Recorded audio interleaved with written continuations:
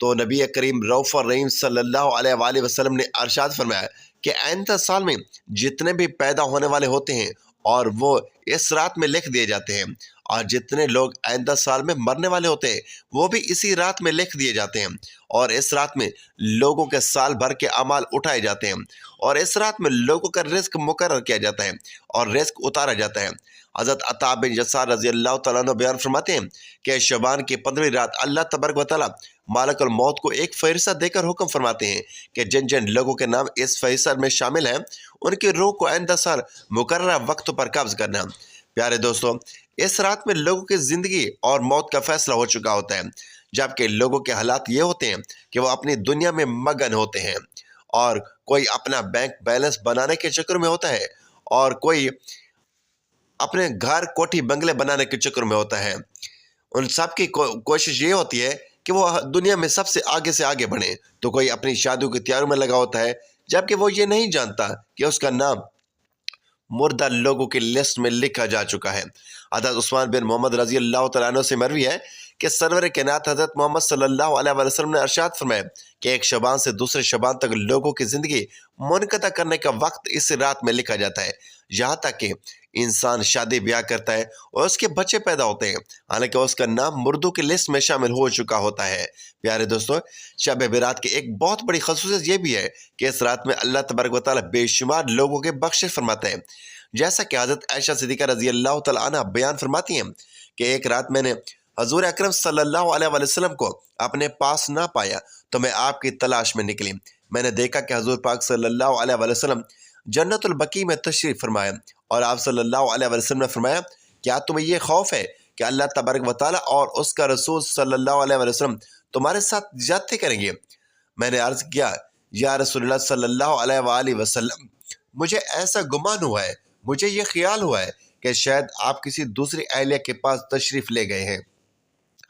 تو حضور پاک صلی اللہ علیہ وسلم نے ارشاد فرمایا، بے شک اللہ تبارک و تعالیٰ شعبان کے 15ویں شب آسمانی دنیا پر اپنی شان کے مطابق جلوہ گر ہوتے ہیں، اور قبیلہ بنو کلب کی بکریوں کے بالوں سے بھی زیادہ لوگوں کی بخشش فرماتے ہیں۔ حضرت ابو بکر صدیق رضی اللہ تعالیٰ عنہ روایت کرتے ہیں کہ حضور اکرم صلی اللہ علیہ وسلم نے ارشاد فرمایا کہ شعبان کی 15ویں شب میں اللہ تبارک و تعالیٰ آسمانی دنیا پر اپنی شان کے مطابق جلوہ گر ہوتے ہیں، اور اس ٹائم میں ہر کسی کی مغفرت فرما دیتے ہیں سوائے ان لوگوں کے جو شرک کرنے والے ہوں اور بغض رکھنے والے ہوں۔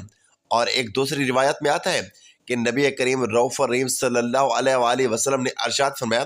کہ اللہ تبارک و تعالیٰ شعبان کی 15ویں شب میں اپنے رحم و کرم سے تمام مخلوقات کی بخشش فرما دیتا ہے سوائے ان لوگوں کے جو شرک کرنے والے ہوں اور کینہ رکھنے والے ہوں۔ حضرت عبداللہ بن عمر بن عاص رضی اللہ تعالیٰ عنہ سے روایت ہے کہ حضور اکرم صلی اللہ علیہ وآلہ وسلم نے ارشاد فرمایا کہ شعبان کی 15ویں رات میں اللہ تبارک و تعالیٰ اپنے رحمت سے 2 شخصوں کے علاوہ سب لوگوں کی مغفرت فرما دیتا ہے، ایک وہ شخص جو کینہ رکھنے والا ہو، اور دوسرا وہ شخص جو کسی کو ناحق قتل کرنے والا ہو۔ پیارے دوستوں، شب برات میں فرشتوں کو بعض امور دیے جاتے ہیں، اور شب برات ایک ایسی رات ہے جس میں اللہ تبارک و تعالیٰ مسلمانوں کی مغفرت فرما دیتا ہے اور دعاؤں کو قبول کرتا ہے، جیسے کہ حضرت عثمان رضی اللہ تعالیٰ عنہ روایت کرتے ہیں کہ حضور اکرم صلی اللہ علیہ وسلم نے ارشاد فرمایا، جب شعبان کی 15ویں شب آتی ہے تو اللہ تبارک و تعالیٰ کی طرف سے یہ اعلان ہوتا ہے کہ ہے کوئی مغفرت طلب کرنے والا کہ اس کے گناہ بخش دوں، ہے کوئی مجھ سے معافی مانگنے والا کہ میں اسے معاف کر دوں۔ اس وقت اللہ تبارک و تعالیٰ سے جو مانگا جاتا ہے وہ ملتا ہے، وہ سب کی دعاؤں کو قبول فرماتا ہے سوائے بدکار عورت اور مشرک شخص کے۔ حضرت علی رضی اللہ تعالیٰ عنہ سے روایت ہے کہ سرکار دو عالم حضرت محمد صلی اللہ علیہ وسلم نے ارشاد فرمایا، جب شعبان کی 15ویں رات آتی ہے تو رات کو قیام کرو اور دن کو روزہ رکھو، کیونکہ غروب آفتاب کے وقت سے ہی اللہ تبارک و تعالیٰ کی رحمت آسمانی دنیا پر نازل ہو جاتی ہے، اور اللہ تبارک و تعالیٰ فرماتا ہے کوئی مغفرت طلب کرنے والا کہ میں اسے بخش دوں، ہے کوئی رزق مانگنے والا کہ میں اس کو وسیع رزق دوں، ہے کوئی مصیبت زدہ کہ میں اسے مصیبت سے نجات دلاؤں۔ یہ اعلان طلوع فجر تک اللہ تبارک و تعالیٰ کی طرف سے ہوتا رہتا ہے۔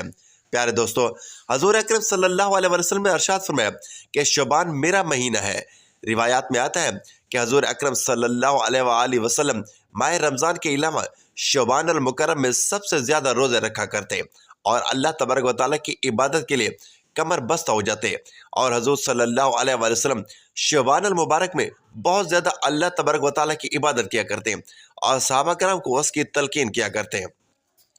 لیکن افسوس کہ آج کے دور میں لوگ اس مقدس رات کو آتش بازی کی نظر کر دیتے ہیں۔ جس رات میں اللہ تبارک و تعالیٰ سے مغفرت طلب کرنی چاہیے، اس رات کو آج کے مسلمان فضول خرچی اور آتش بازی میں گزار دیتے ہیں اور اللہ تبارک و تعالیٰ کو راضی کرنے کے بجائے الٹا ان گناہوں کے اندر مبتلا ہو کر اللہ تبارک و تعالیٰ کی نافرمانیاں کرتے ہیں اور اللہ تعالیٰ کو ناراض کر بیٹھتے ہیں۔ پیارے دوستو، اس رات کے اندر ہمیں کثرت سے اللہ تبارک و تعالیٰ کی عبادت کرنی چاہیے اور ہمیشہ ہمیشہ کے لیے اپنے گناہوں سے توبہ کرنی چاہیے، کیونکہ ہو سکتا ہے کہ ہمارا نام بھی ان لوگوں کی فہرست میں لکھا جا چکا ہو جو اس سال مرنے والے ہیں۔ ہمیں چاہیے کہ ہم اپنے تمام گناہوں سے توبہ کریں اور اللہ تبارک و تعالیٰ کی بارگاہ میں اپنے گناہوں کی معافی طلب کریں۔ پیارے دوستو، شب برات کی رات کو اللہ تبارک و تعالیٰ کی بارگاہ میں گزارنا چاہیے اور شب بیداری کرنی چاہیے، جیسا کہ رسول اللہ صلی اللہ علیہ وسلم خود بھی شب بیداری کرتے اور دوسروں کو بھی شب بیداری کرنے کی تلقین فرماتے ہیں۔ ناظرین، اب بڑھتے ہیں کہ بوڑھوں کے اس اعمال کی جانب جو اللہ تعالیٰ کو سخت ناپسند ہے۔ حضور نبی کریم رؤوف الرحیم صلی اللہ علیہ وسلم نے ارشاد فرمایا کہ جو شخص بڑھاپے میں شب برات کی رات یہ اعمال کرتا ہے وہ جہنمی ہے اور اللہ تعالیٰ اس شخص سے سخت نفرت کرتا ہے۔ وہ اعمال یہ ہے کہ شب برات کی رات جو بھی شخص اس عظیم رات میں بجائے اللہ تعالیٰ کو راضی کرنے کے کسی بھی غیر محرم عورت کی طرف زناکاری میں مبتلا ہوتا ہے، اللہ تعالیٰ اس سے سخت نفرت کرتا ہے اور اس کا ٹھکانہ صرف اور صرف جہنم ہے۔ اس رات میں انسانوں کو چاہیے کہ وہ سر بہ سجود ہو کر اللہ تعالیٰ سے اپنے گناہوں کی معافی مانگے، کیونکہ اس رات اللہ تعالیٰ اپنے اس بندے کی مانگی دعا کبھی بھی رد نہیں کرتا۔ اس کے منہ سے نکلی ہر دعا اللہ تعالیٰ ضرور بے ضرور قبول فرماتا ہے۔ میرا اللہ بہت رحیم اور کریم ہے، وہ اپنے بندوں کی ضرور سنتا ہے اور شب برات کی رات مانگے دعائیں رد نہیں کرتا۔